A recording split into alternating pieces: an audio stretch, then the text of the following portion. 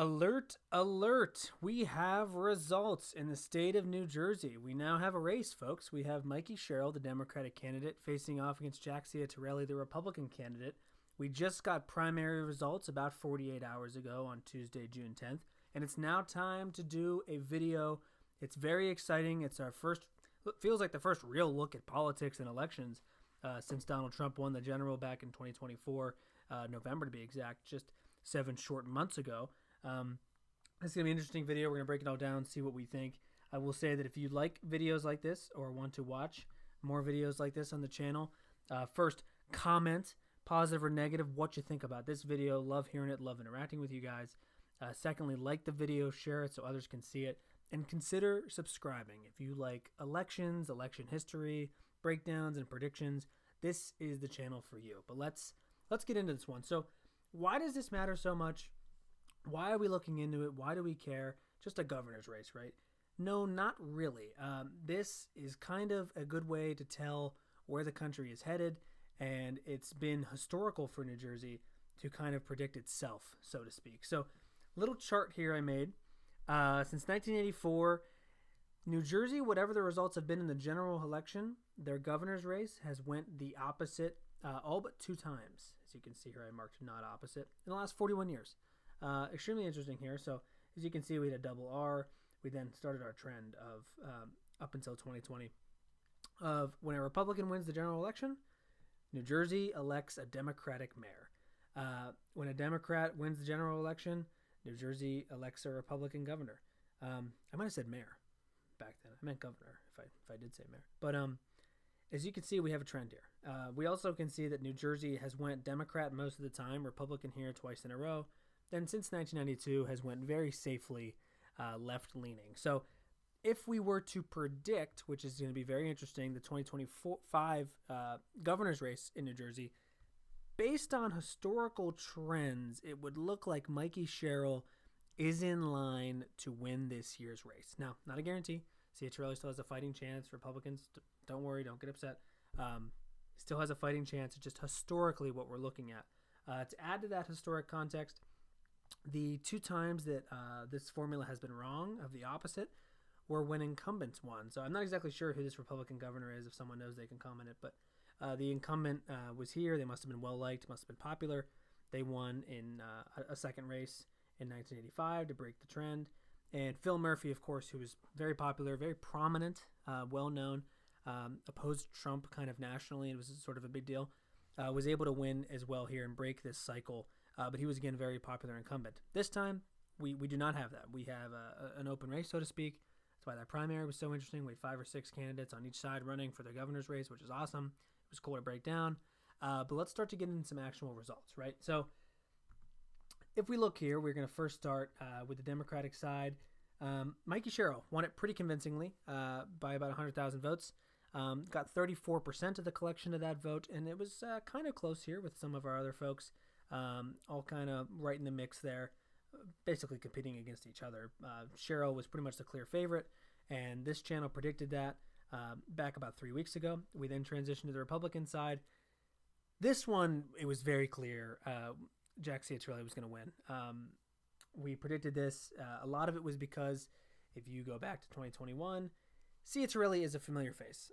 He only lost to Phil Murphy by 3 points. He's had that Republican nomination before. He's actually ran multiple times. He ran back in 2017, which I didn't know before doing research for this video, which is really interesting. So that one felt kind of easy to predict. This one was sort of the tough one, but Mikie Sherill got it done.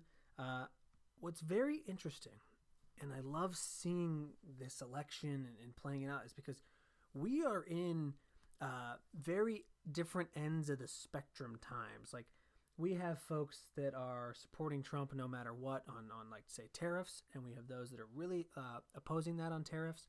We have folks that are really supporting getting illegal immigrants out of the country, and other folks that are really saying let them stay, as you can see with the LA riots.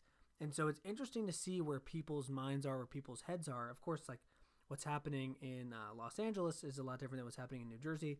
But people watch the news, people know. And so 2 big trends that come out to me is Ross Baraka, Newark mayor, I believe, was arrested for opposing like the ICE and the anti-immigration things, took a stand and was celebrated by some Democrats, kicked down by some Republicans, but is very, again, opposite end of the spectrum, not necessarily looking at like moderate, is kind of playing into some of our tumultuous times right now. And Baraka, that did not really affect him. If anything, it kind of benefited him. He was still able to get 21% of the vote and be the second highest to Sherill, who's very popular. So it looks like people are still kind of sticking to their guns on that and saying, I like Ross Baraka. I like how he takes a stand, and I like how he stood up to the Trump administration, so to speak, and kind of went on that end of the spectrum, right?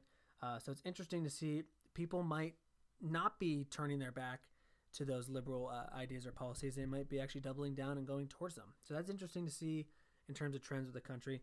The second is Ciattarelli. Trump is doing some things right now that are wildly popular, wildly unpopular. Like I mentioned, the tariffs, like I mentioned, the immigration stance. And Ciattarelli is extremely backed by Trump and still was able to get 68% of that vote. So it really just goes to show that both of these bases, I think, really don't like each other. We're a non-biased channel here, so they really don't like each other.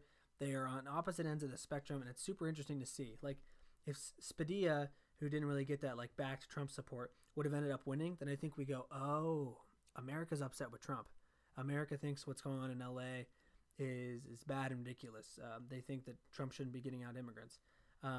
Or if Ross Baraka got like none of the votes, it'd be like, oh, maybe the Democratic Party is saying, no, we want closed borders, not open borders. But it looks like both sides really doubled down. Again, I know Baraka didn't win, but if we look back at polls, and this is one of the only times where polls have really been pretty accurate. As you can see, Ciattarelli was way up there, 42%. Ends up with 68%. And Sherill was the clear favorite as well. Where's the Democratic side? There it is. Sherill was the clear favorite as well. I mean, not super clear, 5%. But as you can see, Baraka was way down here and polling at 9% and ends up getting a 20.5. So pretty big miss there. I know it's governor and just Democratic primary. It might be hard to track. They might not have the best. But I think Baraka getting that support might have come from taking that stand, and the Democratic base said, I want to throw my support behind that person. So it kind of shows where we are as a country now, removed 7 months from the Trump presidency's start in the election. I guess 5 months from the start, 7 months from the election. So super interesting to see that. It looks like both bases are remaining stubborn, remaining steadfast, and backing their people, which is interesting to say the least. Again, like I spoke about, the polls were pretty close. They both had Sherill and Ciattarelli winning this. Ciattarelli, I didn't really see much of a chance of him losing. Again, if you look at the primary results, he ran back in 2017 and got 31% of the vote to 47% of Kim Guadagno. I'm not sure if I'm saying that right. So he's been a familiar face. And again, back in 2021, he barely lost to Phil Murphy, who was a very popular, and like I said, prominent incumbent governor in New Jersey.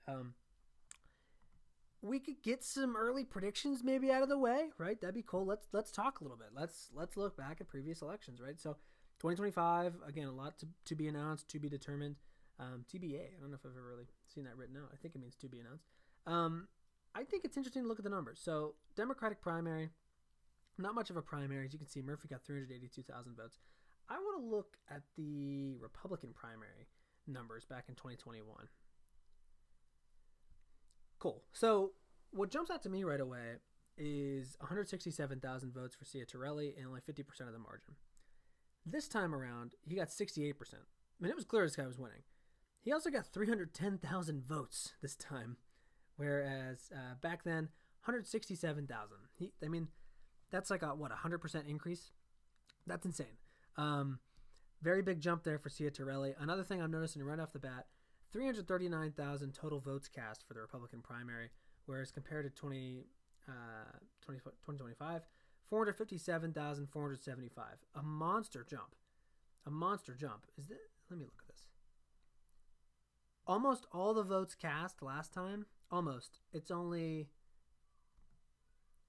29,000 votes more than Ciattarelli got by himself this time. So it does kind of look like maybe there are more Republicans, or at least more Republicans voting, or a more fired up Republican base in 2025 than there was in 2021, and that probably bodes well for Ciattarelli, as he is again, a familiar face. That's interesting to look at. Let's go to 2017. So, wow, this is big. 243,771 total votes cast and 457,000 votes cast. Doing the math in this research I have written down here, 89% increase in Republican votes in the primary from 2017 to 2025. That's a major amount. Again, that's a big window, 8 years, but that is a major amount. Could be a sign of New Jersey trending right. I mean, we saw in the general election it trended right significantly. We'll kind of see as polls keep coming out, results. Obviously, we're going to know results. Polls and bets is what I was going to say. We will continue to look at that. Let's look at the Democratic side, though. Just want to be fair. I want to see both sides. Democratic primary. This is back when Murphy was running. So Murphy secured the vote with 243,000 votes.